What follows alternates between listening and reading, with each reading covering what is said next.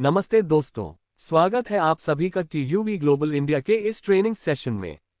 आज हम बात करने वाले हैं एक बेहद पावरफुल और practical root cause analysis technique के बारे में, जिसका नाम है 5 वाई एनालिसिस। मैन्युफैक्चरिंग हो, सर्विसेज सेक्टर हो या कोई भी बिजनेस प्रोसेस, जब भी कोई प्रॉब्लम आती है हम अक्सर तुरंत सॉल्यूशन ढूंढने की कोशिश करते हैं। लेकिन असली चैलेंज ये होता है कि प्रॉब्लम बार बार क्यों रिपीट हो रही है। और इसी सवाल का जवाब देने में 5 वाई एनालिसिस हमारी बहुत मदद करता है।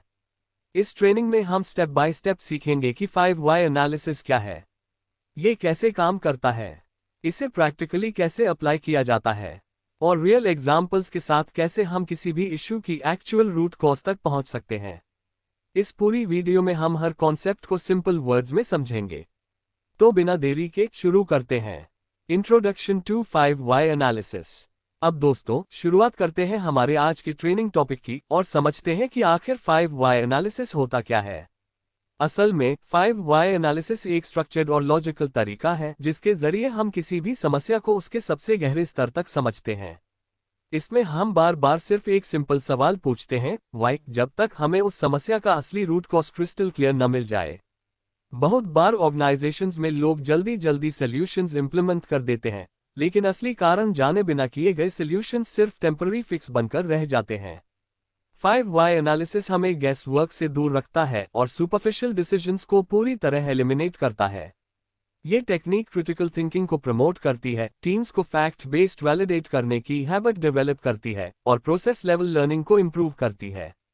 सबसे अच्छी बात यह है कि इसे अडॉप्ट करना आसान है, प्रैक्टिकली लागू करना भी आसान है और ये ऑलमोस्ट हर प्रकार की ऑपरेशनल प्रॉब्लम्स में इफेक्टिव साबित होता है। अगर इसे रेगुलरली और डिसिप्लिन के साथ यूज किया जाए तो ये फ्यूचर रिकरेंस को रोकता है और ऑर्गेनाइजेशन के अंदर एक मैच्योर और strong problem solving culture develop करता है। ये लीन मेथडोलॉजी और कंटिन्यूअस इंप्रूवमेंट का एक बहुत इंपॉर्टेंट और फाउंडेशनल पिलर माना जाता है। और अगर हम इसके को बेनिफिट्स को समराइज करें तो 5 वाई एनालिसिस हमें मदद करता है असली अंडरलाइन कॉजेस को गहराई से आइडेंटिफाई करने में, एनालिटिकल और डीपर थिंकिंग अप्रोच डेवलप करने में, रिपीट इश्यूज और रिकरिंग फेलियर्स को कम करने में, टीम वर्क और ट्रांसपेरेंट कम्युनिकेशन को इम्प्रूव करने में, कंटिन्यूअस इंप्रूवमेंट फाउंडेशन मजबूत करने में। Purpose of 5 why analysis. अब जब हमने समझ लिया कि 5 वाई एनालिसिस किस तरह काम करता है, तो अगला महत्वपूर्ण सवाल यही आता है कि इसका पर्पस क्या है, यानी इस मेथड को यूज करने का असली मकसद क्या है। देखिए, कई बार हमें किसी प्रोसेस में इश्यूज दिखते हैं, लेकिन हम सिर्फ उन प्रॉब्लम्स के विजिबल सिम्टम्स पर ध्यान देते हैं। पर 5 वाई एनालिसिस का उद्देश्य सिम्टम्स पर काम करना नहीं है, बल्कि इश्यू का जेन्युइन रूट कॉज ढूंढना है ताकि प्रॉब्लम फ्यूचर में दोबारा ना आए। ये अप्रोच ऑर्गेनाइजेशंस को क्विक फिक्स थिंकिंग से बाहर निकालती है और प्रॉब्लम्स को डेप्थ में समझने की हैबिट डेवलप करती है। इससे टीम्स लॉजिकली सोचती हैं, कम्युनिकेशन इंप्रूव होता है और हर इश्यू पर क्लैरिटी बढ़ती है। जब हम बार बार वाई पूछकर असली कारण तक पहुंच जाते हैं तो करेक्टिव एक्शंस बहुत ज्यादा मीनिंगफुल, इफेक्टिव और लॉन्ग टर्म इम्पैक्ट वाले बनते हैं। ये सिर्फ एरर करेक्शन नहीं करता, बल्कि पूरे प्रोसेस को बेहतर बनाता है। और सबसे मजबूत बात यह है कि यह मेथड रिकरिंग फेलियर्स को रोककर सस्टेनेबिलिटी को एंश्योर करता है। ये ऑपरेशनल मैच्योरिटी, नॉलेज शेयरिंग और फैक्ट बेस्ड थिंकिंग को ऑर्गेनाइजेशन में कल्चर की तरह एस्टैब्लिश करता है। अगर इसे इजी वर्ड्स में समझें तो 5 वाई एनालिसिस का पर्पस है actual core reason clearly identify करना, रिपीटेड इश्यूज और ब्रेकडाउन्स रोकना, long term corrective effectiveness improve करना, deeper analytical thinking approach develop करना, टाइम और वेस्ट को सिग्निफिकेंटली रिड्यूस करना। When to use 5 why. अब एक सवाल और नेचुरली सामने आता है, हम 5 वाई एनालिसिस को कब यूज करें। हर प्रॉब्लम के लिए 5 वाई जरूरी नहीं होता, लेकिन कुछ सिचुएशंस ऐसी होती हैं जहां ये सबसे ज्यादा इफेक्टिव साबित होता है। जब किसी इश्यू का कारण पहली नजर में क्लियर नहीं होता, या जब हमें लग रहा हो कि कुछ डीपर लेवल पर प्रॉब्लम एग्जिस्ट्स है, तब 5 वाई सबसे उपयुक्त मेथड होता है। कई बार किसी प्रोसेस में फेलियर दिखता है, लेकिन रीजन समझ नहीं आता। ऐसे में बार बार वाई पूछकर हम उन हिडन फैक्टर्स तक पहुंच पाते हैं जो सरफेस पर कभी नजर नहीं आते। यह स्पेशली तब यूजफुल होता है जब कोई इश्यू बार बार वापस आ रहा हो, रिपीटेड फेलियर्स, रिकरिंग कंप्लेंट्स या क्रॉनिक प्रॉब्लम्स, इन सबको परमानेंटली रिजॉल्व करने में 5Y बेहद मदद करता है। साथ ही यह अप्रोच टीम डिस्कशंस की क्वालिटी को इम्प्रूव करती है, क्योंकि हर व्यक्ति लॉजिकली सोचना शुरू करता है, गेस बेस्ड कंक्लूजन्स कम होने लगते हैं और क्लैरिटी सिग्निफिकेंटली बढ़ती है। और यह टेक्निक सिर्फ बड़े इश्यूज के लिए नहीं है। डेली स्मॉल प्रॉब्लम्स में भी इसे अपनाकर हम प्रोसेसेस को स्टेबल और रिलायबल बना सकते हैं। अगर हम इस पॉइंट को प्रैक्टिकली समराइज करें तो 5Y का यूज खासतौर पर इन केसेस में करना चाहिए जब कॉज अनक्लियर हो और डीपर इन्वेस्टिगेशन की जरूरत हो, जब सिमिलर इश्यूज ऑपरेशंस में रिपीटेडली वापस आए, कस्टमर कंप्लेंट्स में स्ट्रॉन्ग करेक्टिव एक्शंस की जरूरत हो, जब क्विक लेकिन मीनिंगफुल इन्वेस्टिगेशन रिक्वायर्ड हो, जब प्रोसेसेस अनस्टेबल हो और इनकंसिस्टेंट आउटकम्स आ रहे हो। Benefits of 5Y approach. अब चलिए समझते हैं कि 5Y अप्रोच को यूज करने से हमें बेनिफिट्स क्या मिलते हैं और ऑर्गेनाइजेशंस इसे इतना पावरफुल टूल क्यों मानती हैं। सबसे बड़ा फायदा यह है कि 5Y टेम्पररी फिक्सेस को खत्म करके समस्याओं को परमानेंटली सॉल्व करने में मदद करता है। जब हम बार बार वाई पूछकर असली कारण तक पहुंच जाते हैं तो करेक्टिव एक्शन सीधा को इशू पर लगता है, न कि सिर्फ सिम्टम्स पर। इससे डिसीजन मेकिंग में क्लैरिटी बढ़ती है और पूरी टीम एक ही डायरेक्शन में अलाइन रहती है कि असली प्रॉब्लम क्या है और उसे कैसे एड्रेस करना है। यह अप्रोच ट्रांसपेरेंसी बढ़ाती है, ओनरशिप डेवलप करती है और फायर फाइटिंग एक्टिविटीज को ग्रेजुअली रिड्यूस करती है। समय के साथ ऑपरेशंस ज्यादा स्टेबल होते हैं, अननेसेसरी एफर्ट्स कम होते हैं और हिडन इनएफिशिएंसीज सरफेस पर आ जाती हैं। इसका पॉजिटिव इम्पैक्ट सीधे ऑर्गेनाइजेशन की कैपेबिलिटी, मैच्योरिटी और कॉन्फिडेंस पर दिखता है। टीम्स इंडिपेंडेंटली प्रॉब्लम्स हैंडल करने लगती हैं और लंबे समय में ये कस्टमर सेटिस्फैक्शन और इंटरनल परफॉर्मेंस दोनों को इम्प्रूव करता है, क्योंकि इश्यूज रिपीट ही नहीं होते। अगर हम इसके मेजर बेनिफिट्स को कंसाइज में देखें तो 5Y अप्रोच से ऑर्गेनाइजेशंस को मिलता है रिकरिंग इश्यूज को सिस्टमैटिकली और परमानेंटली एलिमिनेट करना, फंक्शनल टीम्स के बीच कोलैबोरेशन और कम्युनिकेशन इंप्रूव करना, टेम्पररी फिक्सेस पर वेस्ट होने वाले टाइम और रिसोर्सेज बचाना, प्रॉब्लम आइडेंटिफाई करने और करेक्टिव एक्शंस प्लान करने में क्लैरिटी बढ़ाना, पूरे ऑर्गेनाइजेशन में structured continuous improvement culture develop करना। की प्रिंसिपल्स ऑफ 5Ys। अब किसी भी मेथड को इफेक्टिव बनाने के लिए कुछ को प्रिंसिपल्स का पालन करना जरूरी होता है। इसी तरह 5Ys भी तभी पावरफुल बनता है जब इसे सही तरीके से फॉलो किया जाए। देखिए, इस टेक्निक का असली उद्देश्य ब्लेम करना नहीं होता, बल्कि लॉजिकली और फैक्ट बेस्ड तरीके से असली कारण तक पहुंचना होता है। इसलिए इन्वेस्टिगेशन के दौरान क्वेश्चंस असम्पशंस पर नहीं, बल्कि रियलिटी और फैक्ट्स पर आधारित होने चाहिए। हर वाई पिछले आंसर से लॉजिकली जुड़ा होना जरूरी है। ये टेक्निक तभी मीनिंगफुल बनती है जब पूरी चेन एक साफ डायरेक्शन में मूव करे। हमारा लक्ष्य यह नहीं है कि कौन रिस्पॉन्सिबल है, बल्कि यह समझना है कि प्रोसेस कहाँ फेल हुआ और क्यों। इसके अंदर डेटा वैलिडेशन बहुत इंपॉर्टेंट रोल निभाता है, क्योंकि ओपिनियंस या गेसवर्क हमें गलत कंक्लूजन्स तक ले जा सकते हैं। साथ ही यह अप्रोच टीम वर्क, ओपननेस और शेयर्ड रिस्पॉन्सिबिलिटी को एनकरेज करती है। जितना डिसिप्लिन्ड इन्वेस्टिगेशन होगा, उतना ही रिलायबल आउटकम निकलेगा, और यही प्रिंसिपल्स हमें लॉन्ग टर्म स्टेबिलिटी और मैच्योरिटी की तरफ ले जाते हैं। अगर इस स्लाइड को शॉर्ट में समराइज करें तो की प्रिंसिपल्स ये हैं। एक्यूरेट ऑब्जर्वेशंस और डेटा के आधार पर फैक्चुअल क्वेश्चंस पूछें, ब्लेम अवॉइड करें, फोकस प्रोसेस की वीकनेसेस पर रखें, हर वाई लॉजिकली पिछले आंसर से कनेक्टेड रहे, असम्पशंस को वैलिडेट करें, ब्लाइंडली एक्सेप्ट ना करें, पूरे एनालिसिस में टीम वर्क और ट्रांसपेरेंसी मेंटेन करें। Step 1, define the problem.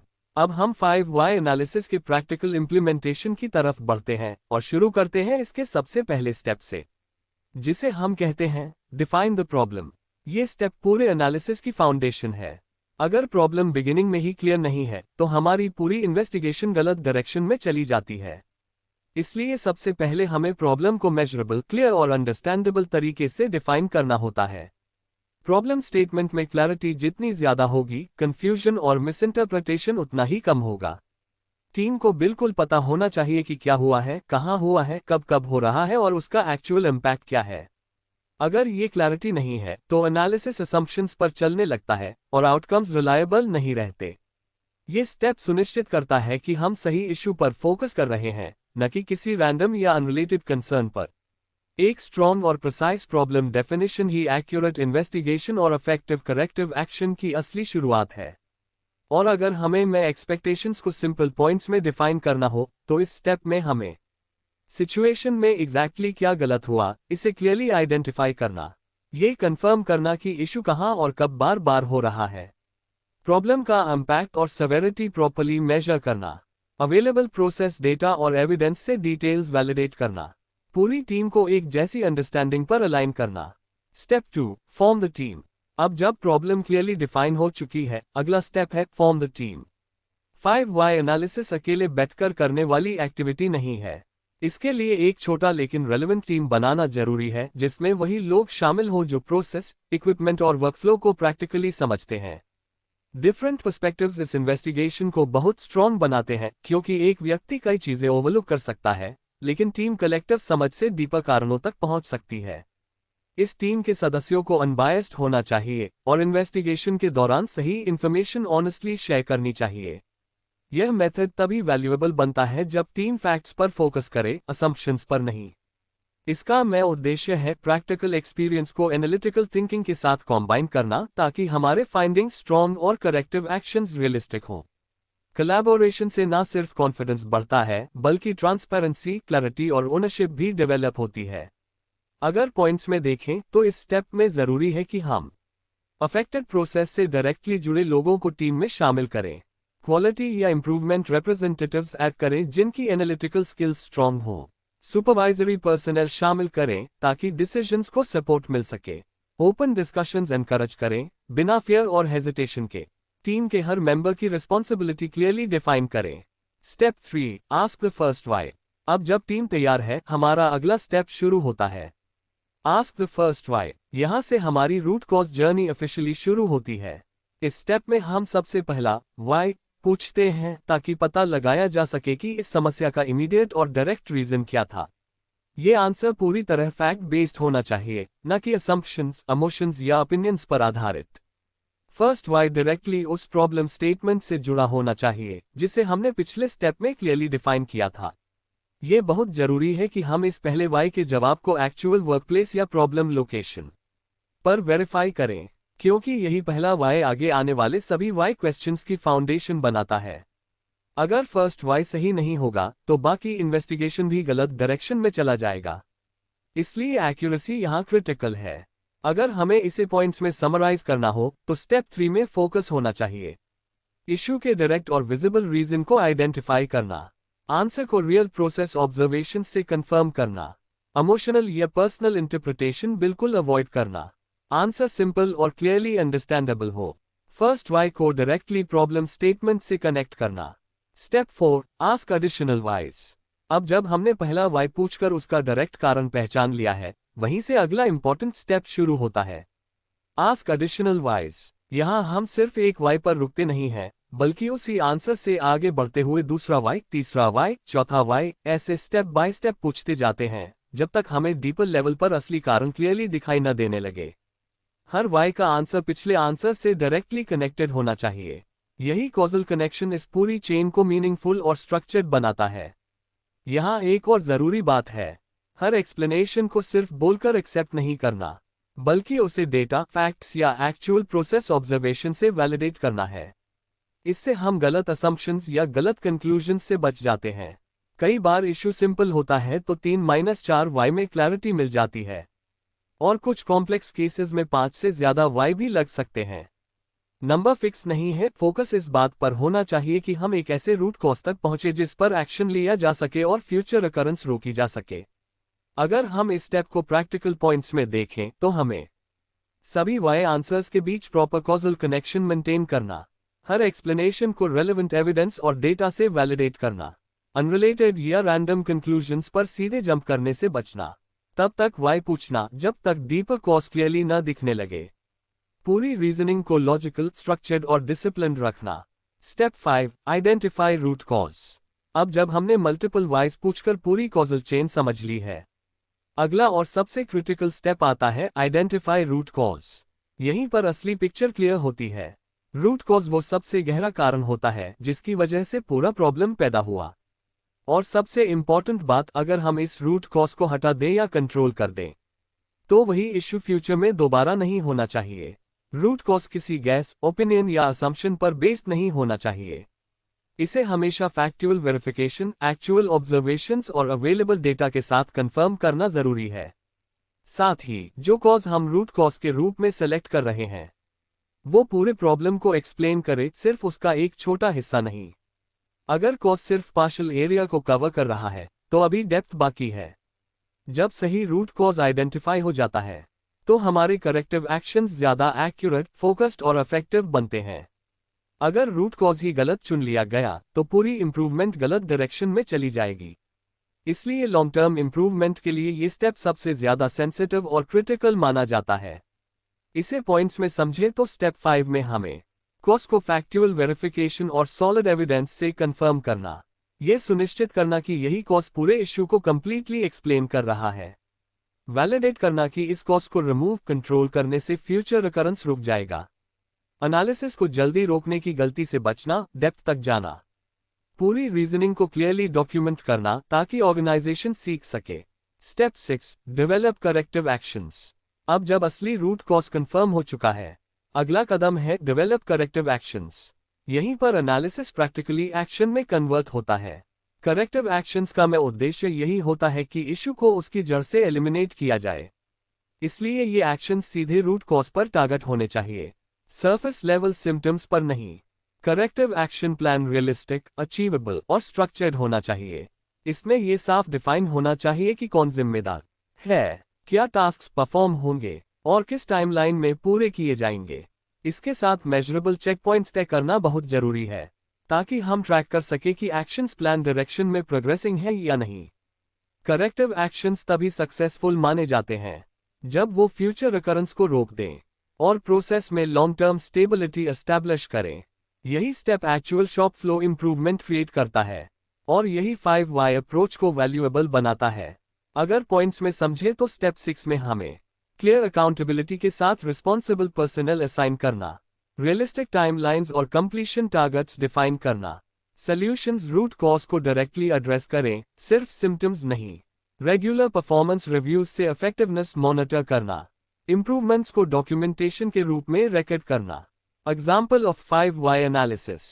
अब दोस्तों, थियरी समझने के बाद एक प्रैक्टिकल एग्जाम्पल देखना बहुत जरूरी है, क्योंकि एग्जाम्पल्स हमें क्लैरिटी देते हैं कि 5 एनालिसिस एक्चुअल सिचुएशंस में कैसे लागू होता है। यह एग्जाम्पल दिखाता है कि कैसे हम एक क्लियरली डिफाइंड प्रॉब्लम से शुरुआत करते हैं और फिर स्टेप बाय स्टेप वाई पूछते हुए डीपर एक्चुअल कॉज तक पहुंचते जाते हैं। हर वाई हमें प्रोसेस की अंदरूनी कमजोरियों तक ले जाता है जिन्हें हम सरफेस पर कभी नोटिस नहीं करते। इस अप्रोच का सबसे बड़ा फायदा यह है कि यह इन्वेस्टिगेशन को सिर्फ विजिबल इश्यूज तक सीमित नहीं रहने देता, बल्कि सिस्टम, प्रोसेसेस और कंट्रोल्स के अंदर हिडन फेलियर्स को एक्सपोज करता है। इस एग्जाम्पल के अंदर हर आंसर को वैलिडेट किया गया है ताकि एनालिसिस असम्पशंस के बजाय फैक्ट बेस्ड और रिलायबल रहे। और जैसे जैसे हम आगे बढ़ते हैं, ये क्लियर होता जाता है कि परमानेंट इंप्रूवमेंट एक्शंस तभी संभव हैं जब रूट कॉज सही तरीके से आइडेंटिफाई हो। आइए देखें ये एग्जाम्पल। प्रॉब्लम, कस्टमर को डिफेक्टिव प्रोडक्ट मिला अनएक्सपेक्टेडली। वाई, असेंबली ऑपरेशन में अलाइनमेंट इनएक्यूरेट था। वाई, फिक्सचर गलत तरीके से पोजीशन किया गया सेटअप के दौरान। वाई, कैलिब्रेशन शेड्यूल बार बार मिस हुआ। Why, maintenance tracking procedure enforce नहीं हुआ। इस एग्जाम्पल से एक बात बहुत क्लियरली समझ आती है, रूट कॉज हमेशा सुपरफिशियल लेयर पर नहीं मिलता। उस तक पहुंचने के लिए डिसिप्लिन क्वेश्चनिंग जरूरी है, और जब सही कॉज मिल जाता है तभी इफेक्टिव और परमानेंट करेक्टिव एक्शंस पॉसिबल होते हैं। समरी। अब इस पूरे ट्रेनिंग के अंत में चलिए संक्षेप में समझते हैं कि 5 एनालिसिस हमें क्या सिखाता है और इसका ओवरऑल वैल्यू क्या है। 5 एनालिसिस एक प्रैक्टिकल और पावरफुल टेक्निक है जो किसी भी समस्या के पीछे छिपे वास्तविक कारण को सामने लाती है। यह ऑर्गेनाइजेशंस को बार बार होने वाले फेलियर से बचाता है, क्योंकि यह केवल सिम्टम्स को एड्रेस नहीं करता बल्कि को इश्यू को एलिमिनेट करता है। यह मेथड स्ट्रक्चर्ड थिंकिंग डेवलप करता है जहां हर सवाल लॉजिकली जुड़ा होता है और हर आंसर फैक्ट्स पर आधारित रहता है। इससे प्रोसेसेस मजबूत होते हैं, हिडन वीकनेसेस सामने आती हैं और इनएफिशिएंसीज कंट्रोल में आती हैं। जब ऑर्गेनाइजेशंस इसे रेगुलरली अप्लाई करती हैं तो उनकी मैच्योरिटी रूट कॉज एनालिसिस और करेक्टिव एक्शन प्लानिंग में धीरे धीरे बढ़ती जाती है। कम्युनिकेशन बेहतर होता है, टीम वर्क इंप्रूव होता है और अवेयरनेस नेचुरली डेवलप होती है। कुल मिलाकर 5 वाई एनालिसिस परमानेंट इंप्रूवमेंट को ड्राइव करता है और ऑपरेशनल परफॉर्मेंस को लॉन्ग टर्म स्टेबल बनाता है। अगर हम इस स्लाइड को शॉर्ट की पॉइंट्स में समराइज करें, रियल कोर इश्यूज की गहरी अंडरस्टैंडिंग डेवलप करता है, रिकरिंग फेलियर्स को इफेक्टिवली और परमानेंटली रोकता है, कम्युनिकेशन और टीम वर्क एनहांस करता है, ऑपरेशनल प्रोसेसेस की स्टेबिलिटी इंप्रूव करता है, कंटिन्यूअस इंप्रूवमेंट कल्चर को मजबूत बनाता है। दोस्तों, उम्मीद है कि यह पूरा 5 वाई एनालिसिस ट्रेनिंग सेशन आपको क्लियर, प्रैक्टिकल और यूजफुल लगा होगा। अगर आप इस मेथड को डिसिप्लिन के साथ अपनी वर्कप्लेस एक्टिविटीज में लागू करते हैं, तो आप देखेंगे कि प्रॉब्लम्स रिपीट होना धीरे धीरे बंद हो जाएंगी और corrective actions long term impact देने लगेंगे। कंटिन्यूअस इंप्रूवमेंट कोई वन टाइम एक्टिविटी नहीं है, ये एक कल्चर है और 5 वाई एनालिसिस उस कल्चर का फाउंडेशन है। अगर आप इस तरह की और लीन, क्वालिटी और प्रोसेस इंप्रूवमेंट ट्रेनिंग्स देखना चाहते हैं, तो हमारे चैनल TUV ग्लोबल इंडिया को सब्सक्राइब जरूर करें और बेल आइकॉन दबाना ना भूलें, ताकि हर नई ट्रेनिंग वीडियो आप तक सबसे पहले पहुंचे। आप वीडियो को लाइक करें, शेयर करें और कमेंट में बताएं कि अगली ट्रेनिंग आप किस टॉपिक पर चाहते हैं। मैं मिलूंगा आपसे अगली ट्रेनिंग में। तब तक सीखते रहिए, आगे बढ़ते रहिए।